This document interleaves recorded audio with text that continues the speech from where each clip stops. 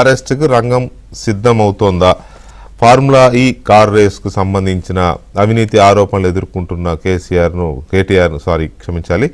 కేటీఆర్ను arrest చేయడానికి prevention of corruption act కింద arrest చేయడానికి విచారించడానికి అనుమతి ఇవ్వాల్సిందిగా తెలంగాణ రాష్ట్ర ప్రభుత్వం రాష్ట్ర గవర్నర్ని అనుమతి కోరింది.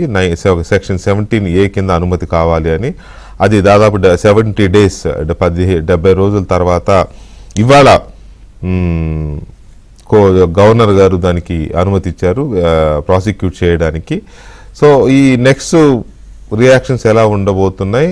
తెలంగాణ రాజకీయాలు ఒక్కసారిగా వేడెక్కాయి గవర్నర్ ఇలాంటి అనుమతి ఇవ్వడంతో. ముందుగా రియాక్ట్ అయింది బీజేపీ. ఇప్పుడేమంటాడు కేటీఆర్ కానీ రేవంత్ రెడ్డి కానీ ఎప్పుడు బీజేపీ బీఆర్ఎస్ ఒకటే, బీజేపీ బీఆర్ఎస్ ఒకటే అని అన్నారు కదా. మరి ఇప్పుడు గవర్నర్ గారు అనుమతించారు కదా, మరి ఇప్పుడేం చెప్తాడు అనేది బండి సంజయ్ రియాక్ట్ అయ్యారు. కానీ అది మరి చిన్న లాజిక్ ఎలా మిస్ అయ్యారో. ఒకవేళ బీజేపీ బీఆర్ఎస్ ఒకటి కాదు అని నిరూపించడం కోసం మీరే గవర్నర్తో అనుమతి ఇప్పించారా అని ఎవరన్నా అడిగితే సమాధానం ఏం చెప్తారు? ఇంత చిన్న లాజిక్ ఎలా మిస్ అయ్యారు? లేదా బీజేపీ కాంగ్రెస్ ఒకటి కాబట్టి అనుమతించారు అని ఎవరైనా అంటే దానికేం సమాధానం చెప్తారు? ఈ చిన్న లాజిక్ ఎలా మిస్ అయ్యారు? సో వీటితో పాటు నెక్స్ట్ ఏం జరగబోతోంది ఈ కేసులో? అరెస్టుల, ఛార్జ్షీట్ల, జైళ్ళ, ఫార్ములా ఈ కార్ రేస్కు సంబంధించి కేటీఆర్ని ప్రాసిక్యూట్ చేయడానికి సెక్షన్ 17A కింద తెలంగాణ గవర్నర్ రాష్ట్ర ప్రభుత్వానికి అనుమతించారు. దీంతో ఏసీబీ విచారణకు సిద్ధమవుతోంది అనే ఒక చర్చ మొదలైంది. దీంతోపాటు ఛార్జ్షీట్ వేస్తారు అని చెప్పి అన్నా కూడా ఇందులో A2 నిందితుడిగా ఉన్న ఐఏఎస్ అధికారి అరవింద్ కుమార్కు సంబంధించి కూడా డిఓపిటి నుంచి అనుమతి రావాల్సి ఉంది విచారణ కోసం. డిఓపిటి నుంచి అనుమతి వచ్చిన తర్వాత ఆయనకు సంబంధించి అప్పుడు మాత్రమే వీళ్ళిద్దరికి సంబంధించిన విచారణ at the same time chargesheet వేసే అవకాశం ఉందనేది అధికార వర్గాల నుంచి వస్తున్న సమాచారం. సో ఇప్పుడు ఈ గవర్నర్ అనుమతించడం అనేది కేటీఆర్కి సంబంధించిన కేసుల విషయంలోనే కాదు, రాజకీయంగా కూడా తెలంగాణలో చాలా ఆసక్తికరమైన చర్చకు అవకాశం ఇస్తోంది. సో ముందు గవర్నర్ గారు అనుమతించడం పైన బీఆర్ఎస్ పార్టీ రియాక్షన్ ఏంటి అనేది చూద్దాం. అలాగే చర్చలో మనతో కాంగ్రెస్ పార్టీ ప్రధాన కార్యదర్శి చరణ్ కౌశిక్ యాదవ్ గారు ఉన్నారు. అలాగే బీజేపీ అధికార ప్రతినిధి పోరెడ్డి కిషోర్ రెడ్డి గారు అండ్ బీఆర్ఎస్ నాయకులు రావుల శ్రీధర్ రెడ్డి గారు కూడా మనతో చర్చలో ఉన్నారు. ముందుగా బీఆర్ఎస్ రియాక్షన్ చూద్దాం. శ్రీధర్ రెడ్డి గారు ఏమనుకుంటున్నారు దీని మీద? గవర్నర్ గారు అనుమతించడాన్ని బీఆర్ఎస్ పార్టీ ఏమనుకుంటుంది? ఇప్పటివరకు ఇవ్వకుండా ఒకటి యాజ్ ఏ ప్రాసెస్ గవర్నర్ గారి దగ్గరికి పంపించి ఉండొచ్చు. సరే, అనుమతి కేసులో ఉన్నటువంటి పూర్వాపరాలు లేకపోతే కేసు మెరిట్స్ ఆయన చూసారా లేదా అనేది వాళ్ళకే తెలియాలి. ఎందుకంటే ఒక రాజ్యాంగబద్ధమైనటువంటి స్థానం మీద ఇష్టారీతిన విమర్శలు చేయడం అనేది మా పద్ధతి కాదు, అది మాకు అవసరం లేదు. End of the day case it self is fake అనేది ఫ్రమ్ ద బిగినింగ్ చెప్తున్నాం. గవర్నర్ అనుమతి ఇచ్చారు అనేదానికంటే కూడా ఈ విషయం మీద అనేక సార్లు కాంగ్రెస్ పార్టీ నాయకులు రేపో మాపో కేటీఆర్ అరెస్ట్ అవుతారని చెప్పి జైలు పంపిస్తామని, చెంచల్ కూడా పంపిస్తాము, చెర్లపల్లి పంపిస్తాము, ఏమో రూమ్ రెడీ చేశాము, ఇవన్నీ మాటలు మాట్లాడినారు. నేను మీ టీవీలోనే చూస్తున్నా, ఇప్పుడు మహేష్ కుమార్ గౌడ్ గారు కూడా మళ్ళీ కేటీఆర్ అరెస్ట్ కాక తప్పదని చెప్తున్నారు. అంటే ఏంటంటే కాంగ్రెస్ పార్టీ నాయకులకు ఈ విషయం మీద ముందే సమాచారం ఉందా, లేకపోతే ఒక ప్రణాళిక ప్రకారం ఈ కేసుని నడిపిస్తున్నారనే విషయం ప్రజలు ఆలోచిస్తారు. ఆ విషయం మేము కూడా చెప్తా వస్తూ ఉన్నాం. 100% ఏంటంటే ఫ్రమ్ ద బిగినింగ్ ఈ కేసు సంబంధించి ఈ కేసు పెట్టినప్పుడే కేటీఆర్ గారు కూడా అనేక సందర్భాల్లో చెప్పారు దీంట్లో విషయమేమీ లేదు, ఇది లోటపీస్ కేసు. సరే, వాట్ ఎవర్, ఆయన అన్న పదవులు ఆయన చెప్పారు, లోటపీస్ కేసు అన్నారు. అదేంటే బేసికల్లీ ఆ కేసులో దమ్ లేదు. అది ఒక గవర్నమెంట్, ఒక మేజర్ ఇన్స్టిట్యూషన్ మధ్యలో జరిగినటువంటి ఒక ట్రాన్సాక్షన్. దానికి సాక్ష్యంగా అంతకుముందు ఒక రేస్, ఒక లెగ్ జరిగింది. ఇంకో లెగ్ జరిగినప్పుడు స్పాన్సర్ బ్యాక్అవుట్ కావడం మూలాన హైదరాబాద్ నగర ప్రతిష్ట ప్రభుత్వం యొక్క ఉద్దేశం నీరుగారిపోద్దనే ఉద్దేశంతో ప్రభుత్వమే హెచ్ఎండిఏ ద్వారా స్పాన్సర్గా వ్యవహరించి డబ్బులు కడదామని ముందుకు వచ్చారు. దానికి సంబంధించిన ట్రాన్సాక్షన్ చేసినాము. ఎక్కడైనా ప్రాసెస్ ల్యాబ్స్ ఉంటే ఉంటుండొచ్చు. Because the business rules observation అనేది వాటిని ఇంప్లిమెంట్ చేయాల్సింది అధికారులు సహజంగా చూసుకుంటారు. మంత్రి స్థాయిలో ఉన్న వాళ్ళు పాలసీ డెసిషన్స్ మాత్రమే తీసుకుంటారు అనే విషయాన్ని బీఆర్ఎస్ వైపు నుంచి చాలా బలంగా చెప్పినాం అనేక సార్లు. సరే, అది కేసు ఏ విధంగా ఉన్నా కాంగ్రెస్ పార్టీ నాయకుల హుంకరింపులు గింకరింపులు అవన్నీ కూడా లాస్ట్ కేసు పెట్టిన రోజు నుంచి మనం చూస్తూ ఉన్నాం. సరే, ప్రజాప్రతినిధి కాబట్టి గవర్నర్ యాక్సెప్టెన్స్ కోసం పోయినారు, అసెంట్ కోసం పోయినారని చెప్పినారు. ఎండ్ ఆఫ్ ది డే ప్రజల మధ్యలో నలుగుతున్నటువంటి లేకపోతే ప్రజల మధ్యలో ఉన్నటువంటి చర్చ లేదా రాజకీయ పార్టీలుగా మేము చెప్పాల్సిన విషయం ఏంటంటే, ప్రభుత్వంలో ఉన్నవాళ్ళుగా ఈ కేస్ అనేది దాంట్లో ఏదో నేరపూరిత అంశం కాకపోయినా కానీ ప్రాసెస్లో ఉన్న చిన్న చిన్న లొసుగులను దృష్టిలో పెట్టుకొని మంత్రిగా పనిచేసిన కేటీఆర్ గారి మీద ఉద్దేశపూర్వకం కేసు బనాయించారనేది మా వాదన. రైట్, ఇక్కడ పాయింట్ ఏంటి? లేదు, మీరే ఇవాళ గవర్నర్ గారి అనుమతి వచ్చిన తర్వాత ఇప్పటివరకు నేను చూసిన దాని ప్రకారం హరీష్ రావు గారు ఒక ట్వీట్ చేశారు. కేటీఆర్ మీద తెలంగాణ కాంగ్రెస్ ప్రభుత్వం కక్షపూరితంగా వ్యవహరిస్తుంది అనేది ఆయన ఒకరే రియాక్ట్ అయ్యారు. మళ్ళీ నా డిబేట్ ఇప్పుడు మీరు మధ్యలో మన parliamentary leader KR Suresh Reddy గారు పార్లమెంటరీ టీం వాళ్ళు ప్రెస్ మీట్ కండక్ట్ చేశారు. వివిధ నాయకులు అందుకే అంటున్నాం చాలా స్థాయి వర్షన్ ఏంటి, పార్టీ వర్షన్ చాలా క్లియర్ చెప్తున్నారు. కక్ష సాధింపు అనేది ఊతపదం ఫ్రమ్ ద బిగినింగ్. అది కక్ష సాధింపు అనేది ఉద్దేశపూర్వకం అనేది ఇప్పుడు ఏదో రకంగా మీరు చేస్తే వాళ్ళు అంటారు, వాళ్ళు చేస్తే ముఖ్యమంత్రి గారు పిసిసి అధ్యక్షునిగా పోయిన ఎలక్షన్స్ జనరల్ ఎలక్షన్ సందర్భంగా ఉన్న అన్ని క్యాంపెయిన్స్ లో కేటీఆర్ని అరెస్ట్ చేస్తానో, కేసీఆర్ గారిని కుటుంబాన్ని జైల్లో పెడతానో, లేకపోతే రకరకాల వ్యాఖ్యానాలు చేసినారు. వాటిని వాళ్ళ ప్రజల ముందు ఇది నిజమే, ఆ రోజు చేసింది తప్పే అని నిరూపించుకోవడం కోసం చేస్తున్నటువంటి ప్రయత్నాల్లో ఇది భాగమని లాస్ట్ టైం చెప్పినాం. దాంట్లో భాగం ఈ కేసు అని చెప్పినాం. ఎలక్షన్ వీళ్ళని లోపటేస్తా అన్నారు కాబట్టి ఇవన్నీ సృష్టించి ఇదంతా చేస్తున్నారు తప్ప ఇవన్నీ ఏమి లేవు. అది కక్షపూరితం. అసలు ఈ car race case car race ఉంది, కార్ రేసులో స్కామ్ ఉంది కానీ రేసులో కేసు లేదు. రేసులో కేసు లేదు, అక్కడ కాళేశ్వరంలో కేసు లేదు, కేసులో ఉంది లొట్ట పీస్ అని కూడా చెప్పారు. అదే ఇవి తప్ప అసలు కేవలం ఉద్దేశపూర్వకమైన విచ్ హంట్ అనేది ముందు నుంచి చెప్పినాము. There is no misutilisation of funds. అదే సార్ నేను అంటున్నది, ఇవి కేవలం సృష్టించబడిన అవినీతి ఆరోపణలే తప్ప అక్కడ ఏమీ లేదు అనేది మీ పార్టీ బలంగా చెప్తోంది. అవును, అంతే కదా? అంతే కదా. That's it. రైట్, అక్కడే ఆ పాయింట్ అక్కడే పెట్టుకుందాం మనం. రైట్, గవర్నర్ గారు అనుమతించారు కదా, వాట్ నెక్స్ట్? గవర్నర్ గారి తర్వాత డిఓపిటి అనుమతి వచ్చినట్లయితే అరవింద్ కుమార్ గారు చాలా స్పష్టంగా వారే స్టేట్మెంట్ ఇచ్చారు. కేటీఆర్ గారు మౌఖిక ఆదేశానుసారం మేము పైసలు చెల్లింపు చేసినాం. ఇక్కడ చాలా స్పష్టంగా ఎవరికైనా అర్థమవుతుంది. ఎందుకంటే జస్ట్ ఇన్స్ట్రక్షన్ చూసినట్లయితే ఒప్పందం చేసుకోముందే చెల్లింపులు చేసిర్రు. ఒప్పందం చేసుకుంది అక్టోబర్ 3, అదే కాకుండా 11వ తారీఖు నాడు. తర్వాత చెల్లించింది, ఒప్పందం చేసుకుంది, ఫైల్ కేటీఆర్ గారికి వచ్చింది 27వ తారీఖు నాడు. కాబట్టి చాలా స్పష్టంగా ముందస్తుగా చెల్లించిన తర్వాత వచ్చింది. ఒప్పందం చేసుకుంది మున్సిపల్ శాఖతోటి, చెల్లించింది హెచ్ఎండిఏ నుంచి. 10 కోట్ల మించి చెల్లించినట్లయితే హెచ్ఎండిఏ బోర్డు అనుమతి తీసుకోవాలి, ఆర్థిక శాఖ, న్యాయశాఖ, మంత్రి మండలి. అదే కాకుండా ఎలక్షన్ కోడ్ అమల్లో ఉన్నప్పుడు ఎలక్షన్ కోడ్ సంబంధించి ఎలక్షన్ కమిషన్ అనుమతి తీసుకోవాలి. అదేగాక విదేశాలకు డాలర్ రూపాయలు చెల్లించేటప్పుడు ఆర్బీఐ అనుమతి తీసుకోవాలి. ఫెబా నిబంధనలు కూడా ఉల్లంఘించారు. 10 లక్షలు 50 లక్షల మించి చెల్లింపు చేసినప్పుడు ఖచ్చితంగా ఈడీ కూడా వస్తుంది. కాబట్టి ఇక్కడ చాలా స్పష్టంగా కేటీఆర్ గారు చాలా స్పష్టంగా తప్పు చేసిన విషయం చాలా స్పష్టంగా నిర్ధారణ అవుతా ఉంది. కాబట్టి ఎవరైనా ఇప్పుడు ఇవాళ మహేష్ కుమార్ గౌడ్ గారు అరెస్ట్ అయితే చెప్తే దీంట్లో అర్థమవుతుంది కదా ఎవరికైనా, ఒప్పందం చేసుకోకముందే మీరు పైసలు చెల్లించారు కాబట్టి దీని వెనక క్రిట్ ప్రోకో జరిగింది. అదే కాకుండా ఎలక్షన్ బాండ్లు కూడా వాళ్ళు కొనుగోలు చేశారు. అదే బీఆర్ఎస్ పార్టీ సంబంధించి ఎలక్షన్ బాండ్ కొనుగోలు చేసి సుప్రీంకోర్టు కూడా ఇది చట్ట విరుద్ధం అని చెప్పి చాలా స్పష్టంగా చెప్పారు.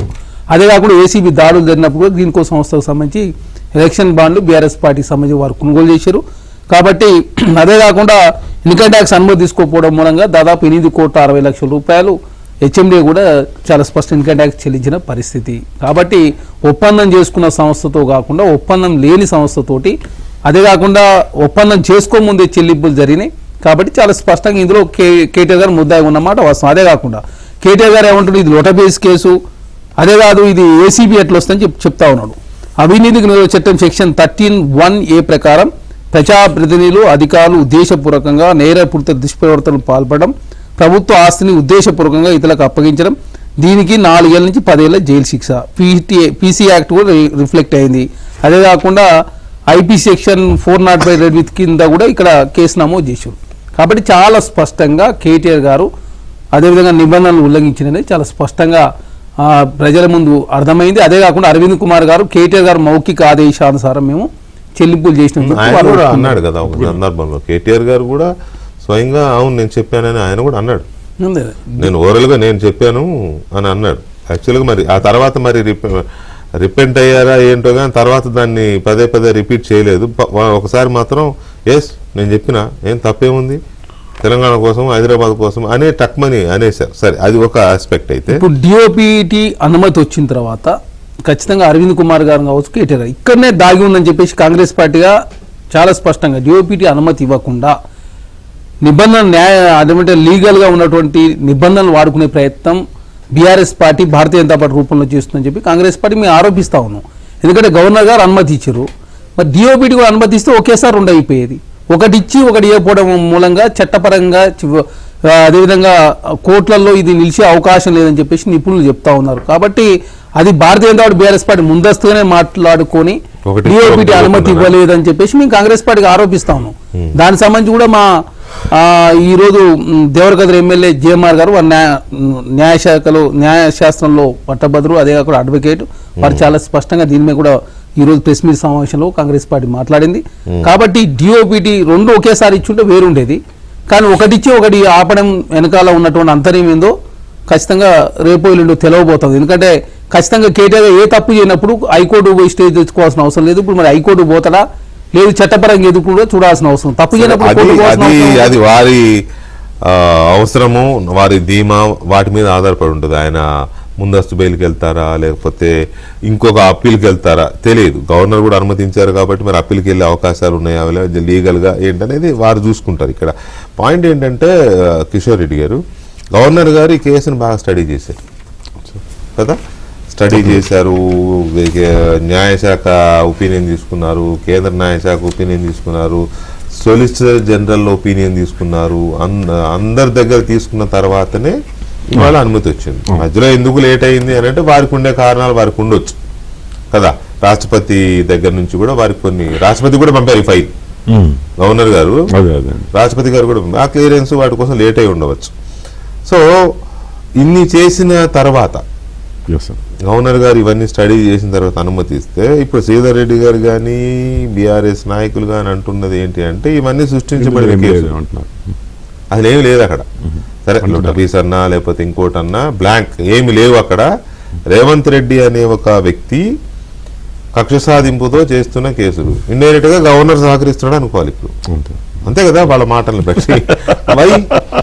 వై గవర్నర్ వెంకటకృష్ణ గారు మీకు అట్లాగే రావుల శ్రీధర్ రెడ్డి గారికి చరణ్ కౌశిక్ గారికి మన ఏబిఎన్ ప్రేక్షకులందరికీ నమస్కారం అండి. నమస్తే సార్.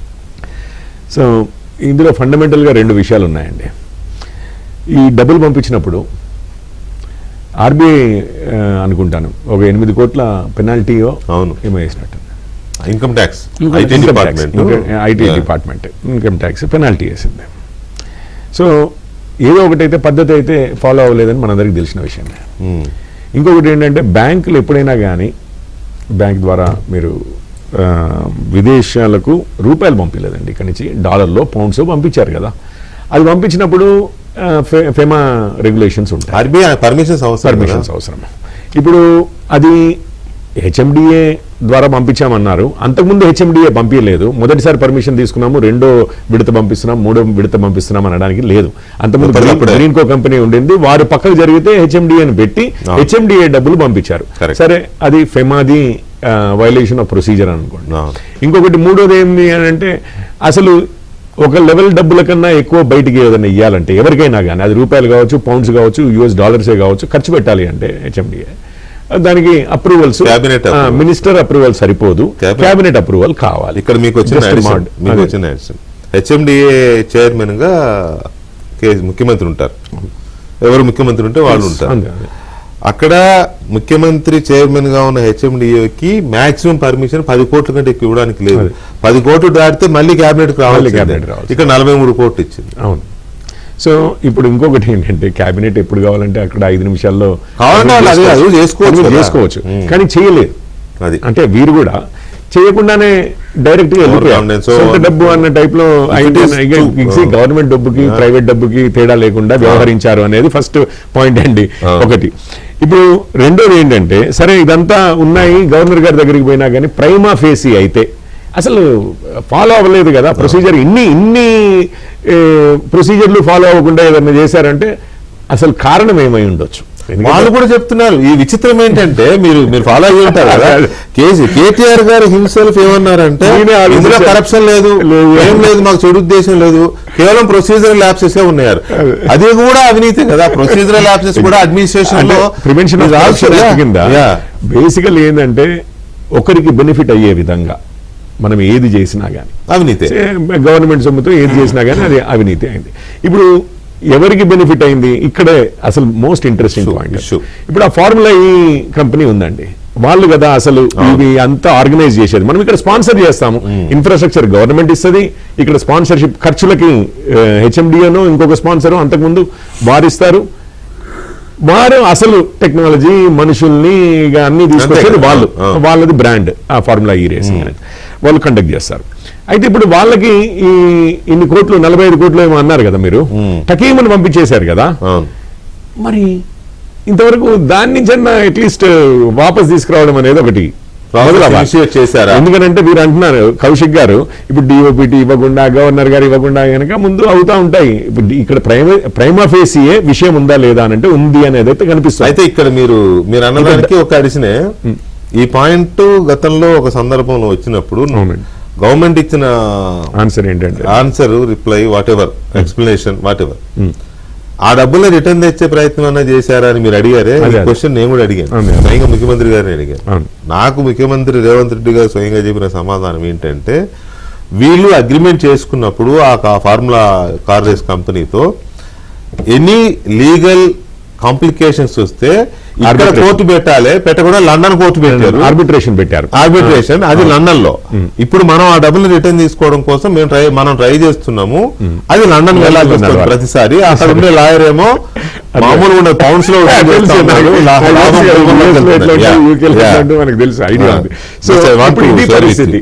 పరిస్థితి. ఈ రోజు అయితే అప్రూవల్ వచ్చింది. మీకు ఇంకొకటి కౌశిక్ గారు చెప్పిన దానికి రెండో మాట చెప్తాను. లేకపోతే ఏమవుద్దంటే ప్రజల్లో కౌశిక్ గారు ఏమనుకుంటారంటే, చరణ్ కౌశిక్ గారికి చెప్తున్నాను, ఏమనుకుంటారంటే ఇప్పుడు వారే లొట్టపీస్ కేసు అని చెప్పి కాలర్ ఎగరేసి తిరుగుతున్నారు కేటీఆర్ గారు. ఎందుకు అని అంటే మీరు ఇచ్చిన ధైర్యం వల్లే అనుకుంటారు. ఎందుకో నేను చెప్తాను. ఇప్పుడు డబ్బుల విషయం పక్కకు పెట్టండి సార్. డిఓపిటి పర్మిషన్ ఇవ్వలేదు. ఏది అరవింద్ కుమార్ గారు ఐఏఎస్ ఆఫీసర్ కాబట్టి డిపార్ట్మెంట్ ఆఫ్ పర్సనల్ అండ్ వాలింగ్ అది డైరెక్టర్ ప్రైమ్ మినిస్టర్ కిందే ఉంటుంది. సరే వారిది రాలేదు, మీకు సప్లిమెంటరీ ఛార్జ్ షీట్ అని ఒకటి ఉంటుంది సార్. ఇదంతా ఏముంది ఛార్జ్ షీట్ కదా. ఇప్పుడు కవిత గారి విషయంలో కూడా ఢిల్లీ సిబిఐ ఈడీలు ఇదంతా అవుతున్నప్పుడు, లేకపోతే ఇంకెవరి విషయంలో అయినా కేజ్రీవాల్ గారిది అనుకోండి, ఇంకా వేరే ఎన్నో 100 కేసులు ఉన్నాయి కానీ బట్ నేను జస్ట్ మైండ్కి అది వచ్చింది కాబట్టి నేను చెప్పాను. ఇప్పుడు ఏమవుతుంది, అరవింద్ కుమార్ గారిని సప్లిమెంటరీ ఛార్జ్ షీట్లో 2 రోజుల తర్వాత చేద్దరు మీరు డిఓపిటీ వచ్చిన తర్వాత. ముందైతే ఒక ఛార్జ్ షీట్ ఫైల్ చేయడానికి అయితే మీకైతే వచ్చింది కౌశిక్ గారు. మెయిన్ ఛార్జ్ షీట్ లో అసలు విచారణ అయిన తర్వాత ఒక ఛార్జ్ షీట్ చేసి ఆ తర్వాత ఇంకేమైనా అడిషన్స్ ఉంటే సప్లిమెంట్ చేస్తారు, చేసుకుంటూ ఛార్జ్ షీట్ వేయాలి అంటే వీళ్ళు ఇద్దరిని విచారించాలి కదా. ఇప్పుడైతే కేటీఆర్ గారి యాక్ట్ ప్రకారం మినిస్టర్ అయితే వచ్చేసింది సార్. అంతకుముందు మినిస్టర్ గా ఉన్న వారిది అయితే వచ్చేసింది కదా పర్మిషన్. దానికి ఇప్పుడు ఈ రోజు కౌశిక్ గారు ముందే బేసిస్ క్రియేట్ చేస్తున్నారా, ఏమీ చేయకుండానే ఉంటాము అన్న దానికి అనుమానం వచ్చింది. ఎందుకంటే వారు చెప్పిన తీరు కౌశిక్ గారు కానీ కాంగ్రెస్ సపోర్టింగ్ యూ కౌశిక్ అట్లని కాదు కానీ దీని మీద, ఎందుకంటే ఇది రాగానే నేను మన వర్క్ మనం చేస్తాం గ్రౌండ్ వర్క్. నేను డిపార్ట్మెంట్ ని అడిగాను, మీరు కేటీఆర్ గారి వరకు ఛార్జ్ షీట్ వేయడము అదేమైనా ఉంటుందా అంటే లేదండి, ఇది ఛార్జ్ షీట్ వేయాలి అంటే ఇద్దరు విచారణ పూర్తయిన తర్వాతనే వేయిస్తాము, ప్రాసిక్యూషన్ చేయాలి. వీరిది గవర్నర్ గారు ఇచ్చారు కానీ అది డిఓపిటి నుంచి రావాలి, అది వచ్చిన తర్వాత ఇద్దరిని కలిపి విచారించిన తర్వాతనే మేము ఛార్జ్ షీట్ వేస్తాము, తర్వాత ఎన్నైనా వేసుకోవచ్చు సప్లిమెంట్లు. అనేది డిపార్ట్మెంట్ అంటే మనకి అంత నాకు తెలిసిన లా ప్రకారం సార్ ఇప్పుడు మనకి నేను అనుకుంటున్నాను నేను కాదు ఇంతకుముందు ఎన్నో కేసులు చూసాం మనం. ఒక ఛార్జ్ షీట్ అవుతుంది, ఒకరి మీద అవుతుంది, ఇంకొకరు అసలు ఎవరో గుర్తు తెలియని వ్యక్తులు కూడా ఉన్నారు అని అంటే కూడా మనం ఛార్జ్ షీట్ వేసి తదితరులను పెట్టారు సార్. ఇప్పుడు ఇది నేను అనేది ఏంటంటే డిఓపిటి కోసం మీరు వెయిట్ చేయాల్సిన అవసరం లేదు కౌశిక్ గారు. రేపు నేనేమన్నా వాళ్ళు అది ఎక్స్క్యూజ్ గా చెప్పకండి అంటున్నా. మీకు ఇంకో ఒకవేళ గవర్నర్ గారు ఇప్పుడు మీరే చెప్పారు సార్, చాలా లీగల్ గా పరిశీలించారు, అంతా అయిపోయింది, ప్రైమా ఫేసీ కేసు అయితే ఉందని అంటున్నారు కదా, అనే వారు పర్మిషన్ ఇచ్చినట్టున్నారు కదా. నేను అనుకోవడం DoPT also when it examines అంతే కదా. వాళ్ళు డిఓపిటి అనేది డిపార్ట్మెంట్, అది IAS IPS all India services officer సంబంధించి వాళ్ళు అన్ని చూసుకోకుండా ఎందుకు ఇస్తారు? ఇక్కడ సేమ్ క్వశ్చన్ రెడ్డి గారు మీకు ఇన్సులేట్ చేయడానికి అంటున్నారు మీరు, ఇది అంతా ఒల్లెక్కాల కేసు అంటున్నారు. ఏం లేదు, ఇది అంతా పట్టితే రేవంత్ రెడ్డి అనే వ్యక్తి కక్ష సాధింపుతో సృష్టించిన ఆరోపణలు తప్ప ఏం లేదు అనేది కదా మీ వెర్షన్.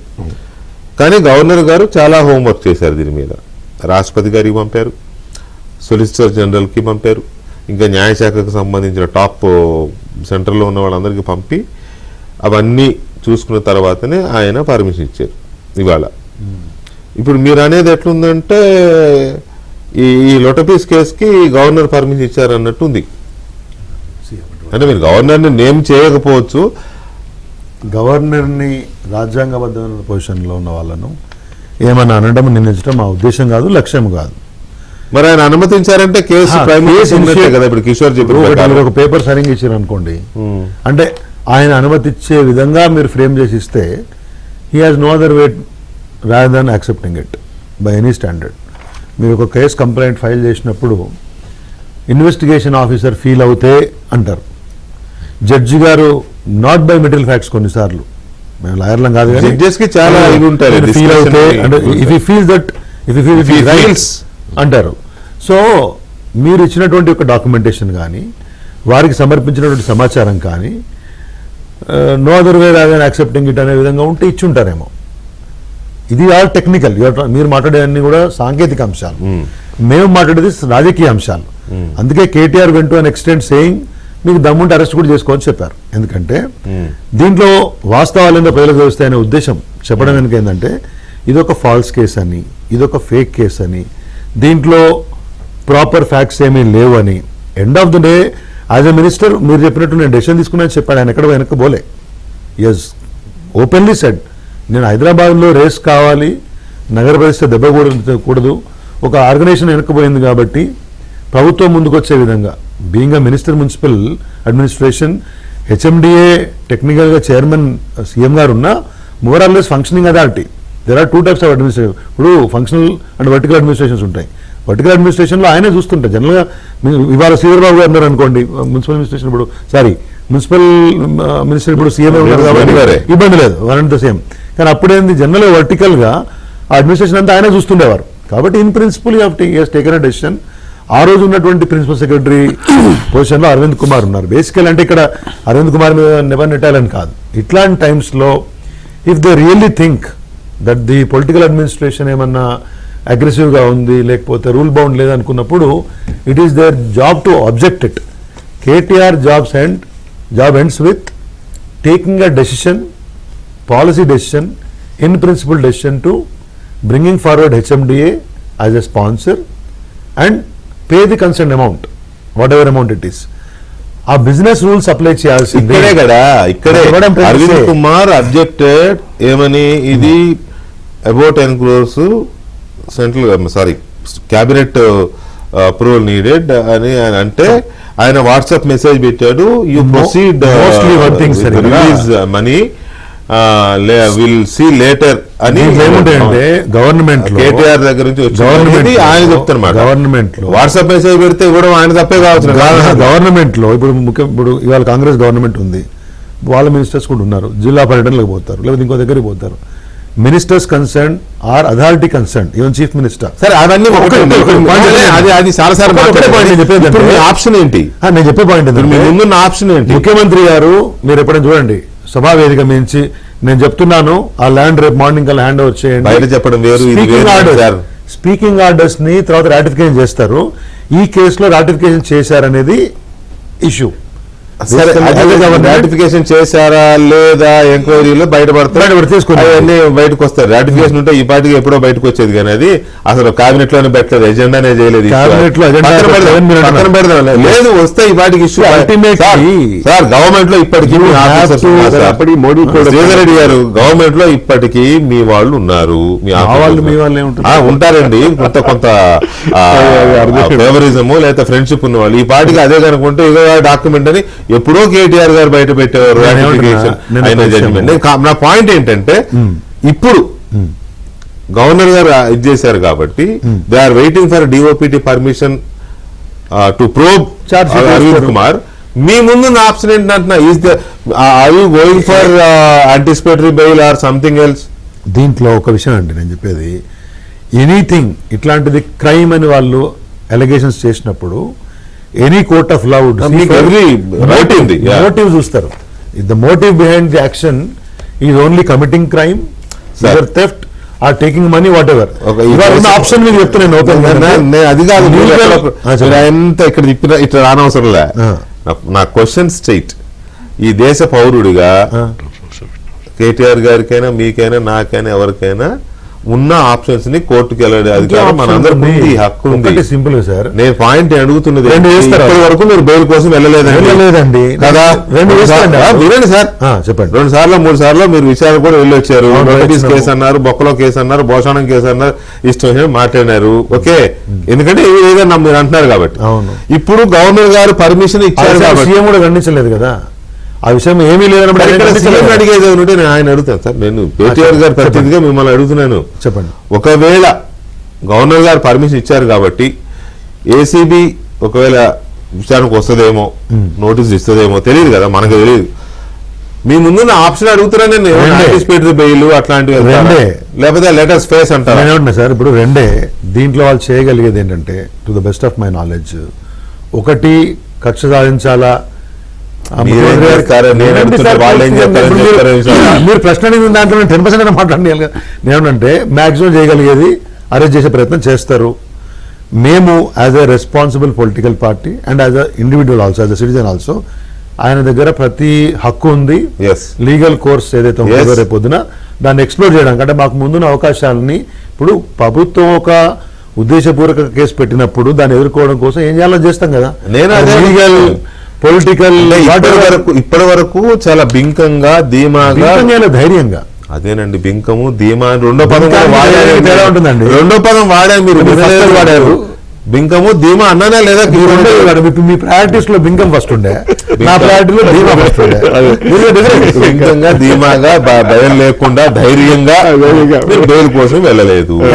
ఇప్పుడు కూడా వెళ్తారా? మధ్యలో ఇంకో మాట, జైలుకైనా సిద్ధం అని కూడా అన్నారు. ఇప్పుడు బెయిల్కి వెళ్తారా, జైలుకైనా సిద్ధమా అంటారా? చెప్తున్నా, మాకు ఒక రాజకీయ మీకు ఎకరం పోయింది, నాకు ఒక అరెకరం పోయింది. ఇప్పటికి ఎకరం 2-3 ఎకరాలు పోయినాయి.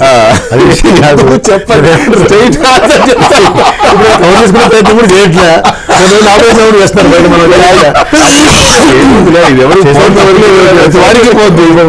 అయితే. ఇప్పుడు ఆలోచన చేయకుండా అన్వస్తే ఏం చేయలేం కదా. మనం బాగా ఆలోచిస్తున్నాం. ఆల్ ఇంటెలిజెన్స్ సార్ బాగాలేదు, తోటకూర తోట మనుషుడు కూడా పథకాలు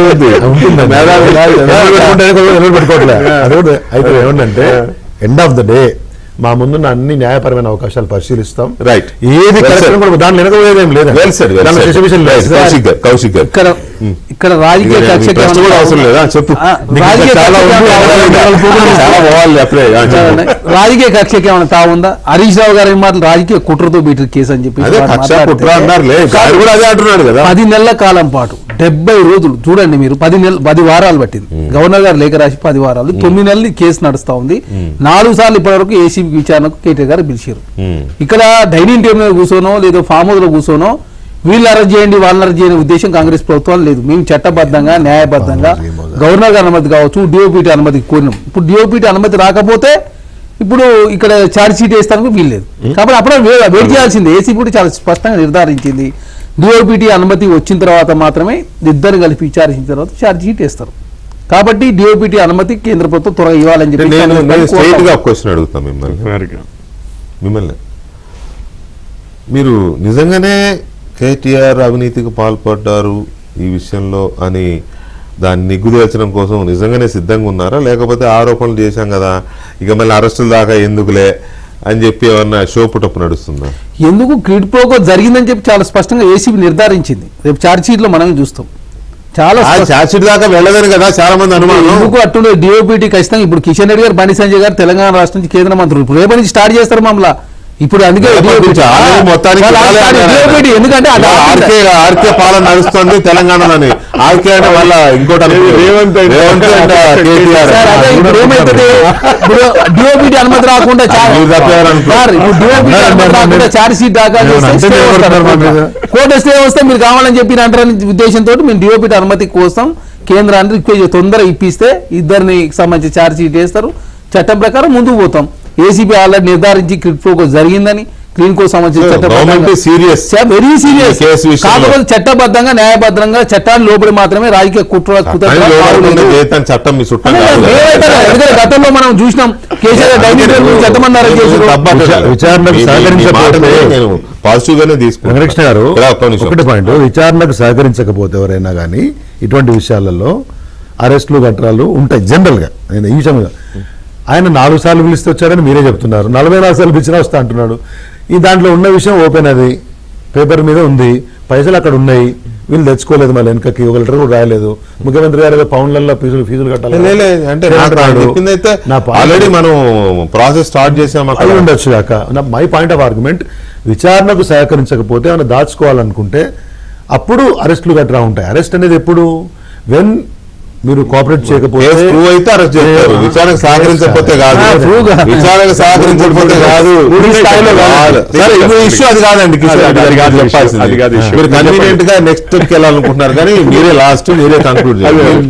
ఇప్పుడు బండి సంజయ్ గారు అన్నారు ఇప్పటిదాకా బీజేపీ బీఆర్ఎస్ ఒకటే అని చెప్పి రేవంత్ రెడ్డి గారు అన్నారు కదా, మరి ఇప్పుడు గవర్నర్ గారు పర్మిషన్ ఇచ్చారు కదా, ఇప్పుడేం చెప్తావు? ఇప్పుడు ఆర్కే పాలన నడుస్తోంది అంటే రేవంత్ కేటీఆర్ పాలన నడుస్తోంది, ఇప్పుడేమంటాం అంటే గవర్నర్ గారు బీజేపీ మనిషిగా మీరు ఒప్పుకుంటున్నారా? ఇంత చిన్న లాజిక్ ఎలాగా మిస్ అయ్యారండి? ఒక పాయింట్.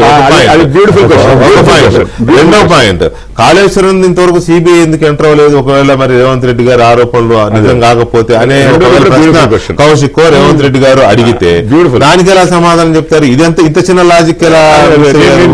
రెండవది ఆర్కే పాలన నడుస్తుంది అన్నారు. ఇప్పుడు రేవంత్ రెడ్డి బీఆర్ఎస్ వాళ్ళు అంటారు కాదు బీజేపీ కాంగ్రెస్ ఒకటైనే, రేవంత్ రెడ్డిను బీజేపీ ఒక్కటైనే, అందుకనే గవర్నర్ గారితో అనుమతి ఇప్పించారని వాళ్ళు అంటారు. దానికేం సమాధానం చెప్తారు? ఇంత చిన్న లాజిక్ ఎలా మిస్ అయ్యారు? సార్ ఇందులో ఫస్ట్ 2 చెప్తాను. గవర్నర్ గారు బీజేపీ అని ఒప్పుకుంటున్నారా మీరు అని అంటున్నారు. అంటే మేము మా నోర్లు పడిపోయినాయి సార్. గవర్నర్ గారు బీజేపీ మనిషి కాదు, అదొక స్వయం ప్రతిపత్తి కలిగిన కాన్స్టిట్యూషనల్ పొజిషన్, రాజ్యాంగ ఇది ఉంది, స్వయం ప్రతిపత్తి ఉంది అని.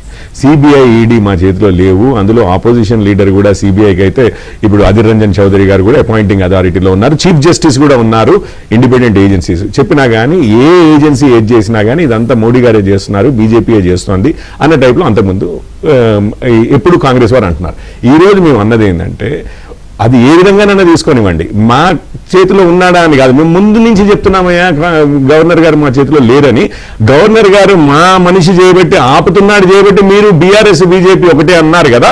ఈరోజు గవర్నర్ గారు ఇండిపెండెంట్ గానే డిసైడ్ చేసుకున్నారు చేయబట్టి మేము ఇప్పటికీ మా పార్టీ మనిషి అని అన్నట్టుగా ఏమనట్లే, మా కంట్రోల్లో ఉన్నారని ఏమనట్లే. స్వయం ప్రతిపత్తి ఉంది, అది రుజువైంది చేయబట్టి. ఇక ఇప్పుడు మీరు ఆ విషయాన్ని వాడుకొని బీజేపీ బీఆర్ఎస్ కలిసి ఉన్నాయనంటే అది తప్పని రూఢి అయిపోయిందని ఒకటి. కాళేశ్వరం సిబిఐ సార్ మీకు ఎంత బ్యూటిఫుల్ తెలివిగా చేశారు మన రాష్ట్ర. ఇక తెలియదు మీరు అడిగినారు కదా, చెప్పండి ఏం చేశారంటే రెడీ అయ్యి ఉన్నాను కదా. ఇది ఎంత బ్యూటిఫుల్ గా ఉంటుందంటే మీరు చూడండి, సడన్ గా సిబిఐకి కేసు ఇస్తామన్నారు. సిబిఐకి ఇన్విటేషన్ లెటర్ రాసిన దాంట్లో కానీ ఇంకో దాంట్లో సార్ మీరు ఏ విషయమైనా తీసుకోండి, అసలు ఏది రాయకుండా మాకేదో అనుమానాలు ఉన్నాయి ఈ కాళేశ్వరంలోనో లేకపోతే ఇంకేదో ఈవెన్ ఏదో విషయంలో ఏ విషయంలో అయినా కానీ ఎవరో హత్య జరిగింది లేకపోతే ఎక్కడో పైసలు దొంగతనం చేశారు ఏదైనా కానీ సిబిఐకి ఈ విషయంలో మీరు రండి అని చెప్పి అనొచ్చు. మీరు ఎట్లా రాశారు అంటే పీసీ ఘోష్ కమిషన్ రిపోర్ట్ ఉంది కదా, దానికి ఆధారంగా మేము మిమ్మల్ని ఇన్వైట్ చేస్తున్నాము, దానికి ఆధారంగా ఇది అన్నారు. తెల్లారి ఏం చేశారు, ఆబ్వియస్లీ బీఆర్ఎస్ కి వారికి ఉన్న లీగల్ రిపోర్ట్స్ తీసుకుంటారు, ఎవరైనా తీసుకుంటారు.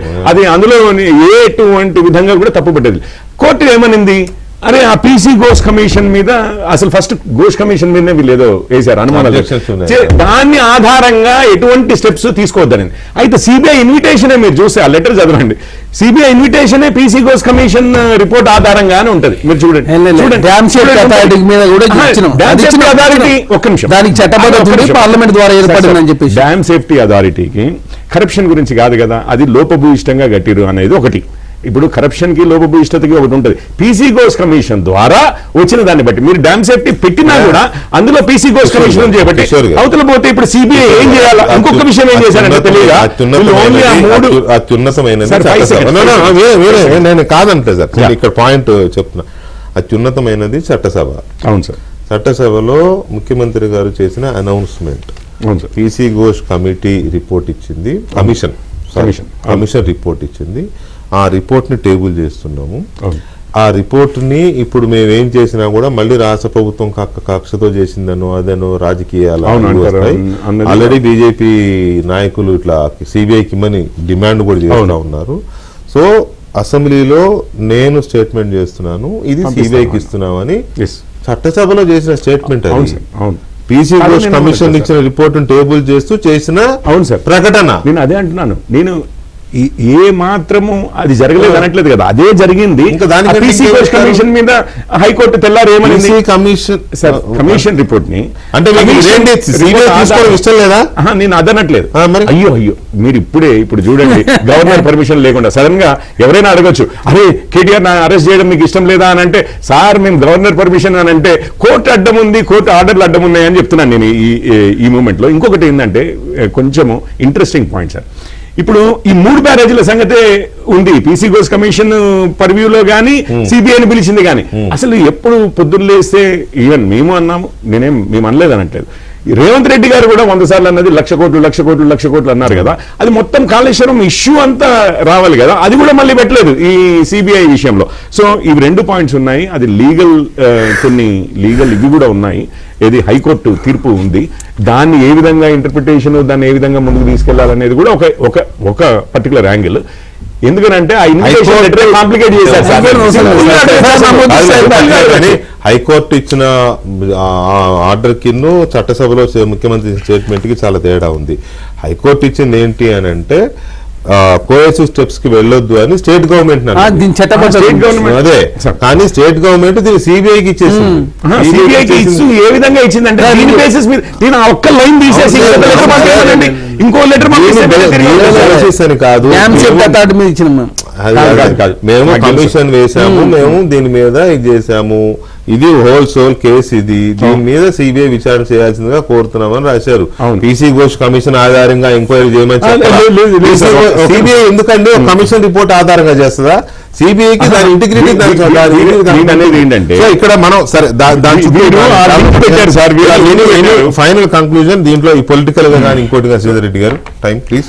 ఒకటే అండి, ఇప్పుడు ఎండ్ ఆఫ్ ద డే ఇది రేపొద్దున మళ్ళీ ఇంకొక తరహా ఎలక్షన్స్ వస్తున్నాయి కదా, సో వాళ్ళు కావాల్సినటువంటి కొన్ని కార్యక్రమాలు ప్రజలు ఏ అంశాల మీదనైతే బేస్ చేసుకొని కాంగ్రెస్ వైఫల్యాల మీద ఓటేయాలనుకుంటారో వాటి నుంచి డైవర్ట్ చేయాలా, మళ్ళీ స్టార్ట్ ఎలక్షన్ లో దీని ప్రభావం ఉంటుందంటారా? అంటే ఏం ఎండ్ ఒక టాపిక్ మొదలుపెట్టి ఎవరైతే పార్టీ సుప్రీం ఉన్నాడో బేసికలీ వర్కింగ్ ప్రెసిడెంట్గా ఈజ్ బిన్ వెరీ యాక్టివ్ కాబట్టి నా ఆయనను ఎంగేజ్ చేయాలనో లేకపోతే ఆయన ఇబ్బంది పెట్టాలనో తద్వారా పార్టీని బదనాం చేయాలనో, అల్టిమేట్లీ ఏదో ఒక మోటివ్ దీని వెనుక తీసుకొచ్చి ప్రతిసారి ఆ వచ్చే ఇంటర్వ్యూస్ చూడండి మీరు కరెక్ట్గా ఎన్డీఎస్ఐ రిపోర్ట్స్ నుంచి మొదలుపెట్టి right from every time they are meticulously planning for this kind of disruptions, మా యాక్టివిటీని డిస్టర్బ్ చేయడం కోసం. ఏదేమైనా మీరు ఇంతమంది ప్రశ్నలాగా లీగల్ గా ముందుకు పోవడం కోసం ఏమేమైతే ఆప్షన్స్ ఉన్నాయో ఎక్స్ప్లోర్ అన్ని చేస్తాం ఆప్షన్స్ చూసుకుంటే వాటిని రైట్ గా ముందుకు పోతాం దాంట్లో ఏమి దట్ ఈస్ యువర్